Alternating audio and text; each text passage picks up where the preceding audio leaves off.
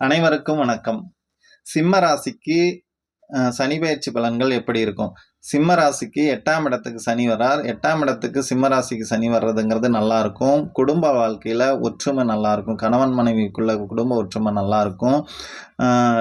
உத்தியோகத்துல வேலையில இருக்கிறவங்களுக்கு மேலதிகாரியினால கொஞ்சம் ப்ரெஷர் இருக்கும். நீங்களா இடம் சேஞ்ச் பண்ண வேணாம். அதுவா இடம் சேஞ்ச் வந்துச்சுன்னா நீங்க பண்ணிக்கலாம்.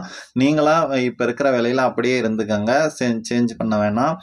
சொந்த தொழில்ல இருக்கிறவங்க கொஞ்சம் இருக்கிறத வச்சு அப்படியே ஓட்டிக்கிட்டு போயிருங்க.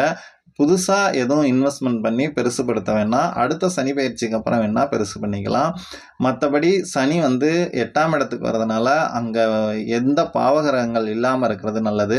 ஜென்ம ஜாதகத்துல அங்க எந்த கிரகங்களும் இல்லாம இருந்தா இது ரொம்ப நல்லாருக்கும். சுபகிரகங்கள் இருந்துச்சுனாலும், ஜென்ம ஜாதகத்துல 8ஆம் இடத்துல சுபகிரகங்கள் இருக்கு. இப்ப அது மேல சனி போகுது. மீன ராசியில சனி போறப்ப அங்க ஏதாவது சுபகிரகங்கள் இருக்குதுனாலும் நல்லாருக்கும். மற்றபடி இவங்களுக்கு பொருளாதாரம் எல்லாமே நல்லாயிருக்கும். எந்த குறையும் இல்ல. சிம்ம ராசிக்கு சனி 8ல மறையிறதுங்கிறது ரொம்ப நல்ல விஷயந்தான். வயசானவங்களா இருந்தா ஒரு சிலருக்கு கால்வலி, அஜீரண கோளாறு இந்த மாதிரியான பிரச்சனைகள் இருக்கும்.